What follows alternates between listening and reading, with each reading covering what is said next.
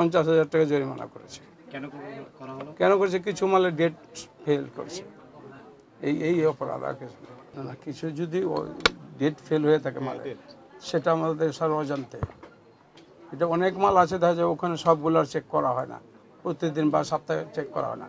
এখন আমাদের সেটাই করতে হবে, মাসে সপ্তাহে 15 দিন একদিন চেক করতে হবে, চেক করে দেখতে হবে, চেক করতে হবে স্যার। এছাড়া আমার আর কিছু বলার নাই স্যার। কী করবো? আপনারা যেটা ভালো মনে করবেন সেটাই ওকে। ঠিক আছে, আমরা যে সতর্কতামূলকভাবে এক ধারায় শুধু 50,000 জরিমানা করা হয়েছে, টাকাটা পরিশোধ করতে হবে। আইনে বলা হয়েছে যত আইটেম পাওয়া গেছে, মনে করি এরকম 20টা আইটেম পাওয়া গেছে, তাহলে 20 গুণ 50,000, 10 লাখ টাকা জরিমানা। অনেক ধন্যবাদ স্যার আপনাকে। তারপরে যে সকল এই যে মনে করেন এগুলো চক বাজারের প্রোডাক্ট বলতেছে, কোনো ইম্পোর্টার নেই, তো প্রত্যেকটা প্রোডাক্টের জন্য আলাদাভাবে 50,000 জরিমানা অথবা 1 বছরের কারাদণ্ড বিধান আছে। তাহলে স্যার আমার ব্যবসা লাগবে। এবার বুঝতে পেরেছি, এবার বাইকে যাইতে হবে। আমরা সতর্কতা সারাদিনে স্যার 10,000 টাকা বেচা অনেক কঠিন হয়ে গেছে। এমন একটা অবস্থা দাঁড়াইছে, সারাদিন খালি ফাঁকা, 10,000 টাকা ব্যবস্থা করা। দ্রুত পরিশোধ করেন, আমাদের আরো কাজ আছে। সেই প্রোডাক্টগুলো বিভিন্ন সেলফে এখন এক্সিবিট করা আছে, আমরা দেখতে পাচ্ছি, এবং কিছু কিছু আমরা বের করেছি, অনেক আগে মেয়াদ শেষ। তো মেয়াদোত্তীর্ণ প্রোডাক্ট রাখার নিয়ম হচ্ছে যে আপনি সেলফে এগুলো শোভা পাবে না, আপনি একটা আলাদা কার্টুন বা বক্সে ডিক্লারেশন দিবেন যে এটা মেয়াদোত্তীর্ণ প্রোডাক্ট, বিক্রয়ের জন্য নয়, এক্সপায়ারি পরে বিভিন্ন রকম কথা বলে। মিনিং হচ্ছে যে এগুলো আপনার জন্য নট ফর সেল, আপনার প্রোডাক্ট যেটাই মেয়াদোত্তীর্ণ হবে সেটা ওর ভিতরে ঢুকে রাখবেন। সেক্ষেত্রে আমরা ওইটুকু ওভারলুক করলাম। এখানে লেখা আছে জানুয়ারি 2022, তাই না? জানুয়ারি 2022, তাই তো লেখা আছে। কি লেখা আছে? 1/2022 না? 1 মানে কি? জানুয়ারি। মেয়াদ থাকবে কত? 36 মান্থ। তাহলে 1/2022, তার মানে 2022 ডিসেম্বর, 31 ডিসেম্বর পর্যন্ত 1 বছর, 23 ডিসেম্বর পর্যন্ত 1 বছর, তাই না? আর 24 ডিসেম্বর 1 বছর। এই মেয়াদ এই মাসে তো শেষ। স্যার এগুলো হচ্ছে যা কোম্পানি আসেনি তো রিটার্ন দেওয়ার জন্য দোকান।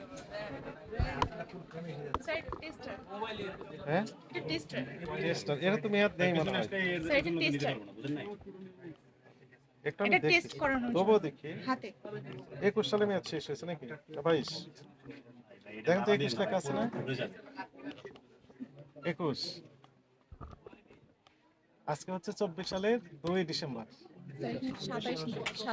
কোনটা?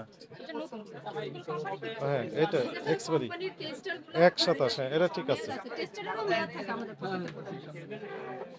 অনেক ম্যাডাম বলছিলেন কি টেস্টারের মেয়াদ যদি না থাকে তাহলে আপনার গালে যদি লাগানো হয় তাহলে কেমন লাগবে? না, আমরা ক্ষতি হয়ে যেতে পারে।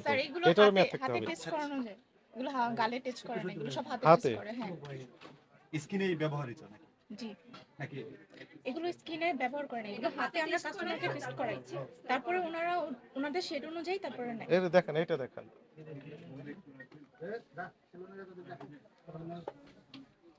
মেয়াদ আছে, দেখেন আমাকে এই যে স্যার এখানে কি লেখা আছে, আপনি পড়েন, ভালোভাবে পড়েন, তারপর। হ্যাঁ, মেয়াদ আছে? জি, মেয়াদ আছে, দেখা যায়? হ্যাঁ দেখাচ্ছি আমি।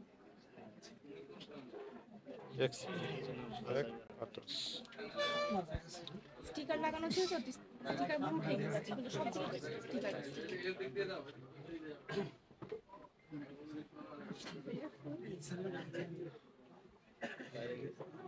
এটা দেখেন তো মেয়াদ, এগুলো তো টেস্টার না?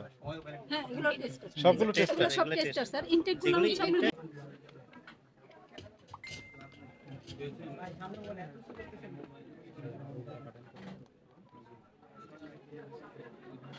রাখবোড়া করে রাখবো। সবার আরাম করা যাবে না।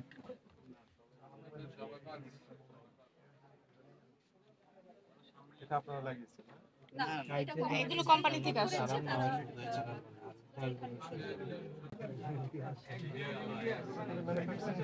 ডিসেম্বর 19।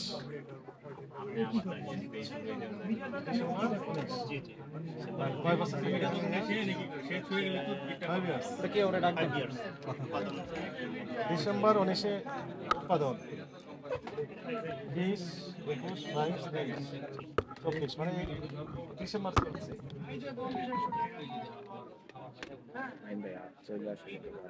দেখি 21 19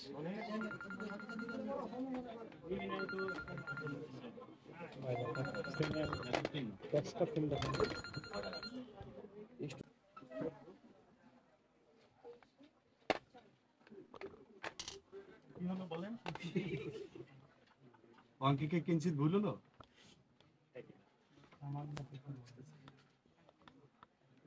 এটা 19 সাল পর্যন্ত ডেট আছে 19 সাল পর্যন্ত 24 ডেট আছে। হ্যাঁ, মানে 24 সাল। ডেট সাইডে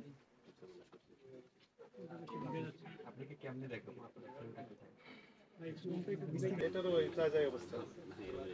বুঝছেন?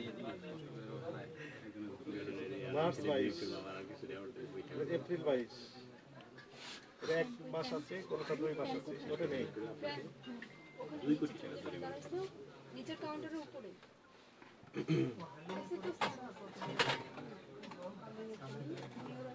এসির পাশাপাশি ফ্যান দাও।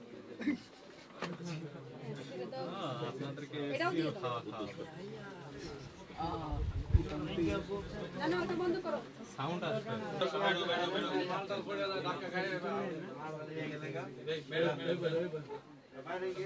দোকানের একজন স্টাফ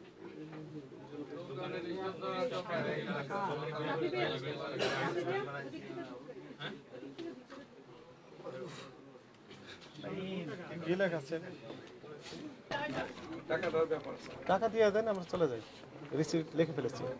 লেখা হ্যাঁ, লেখা হয়ে গেছে। তাহলে তো আমার আর কোনো কথা নেই। না, কথা শেষ।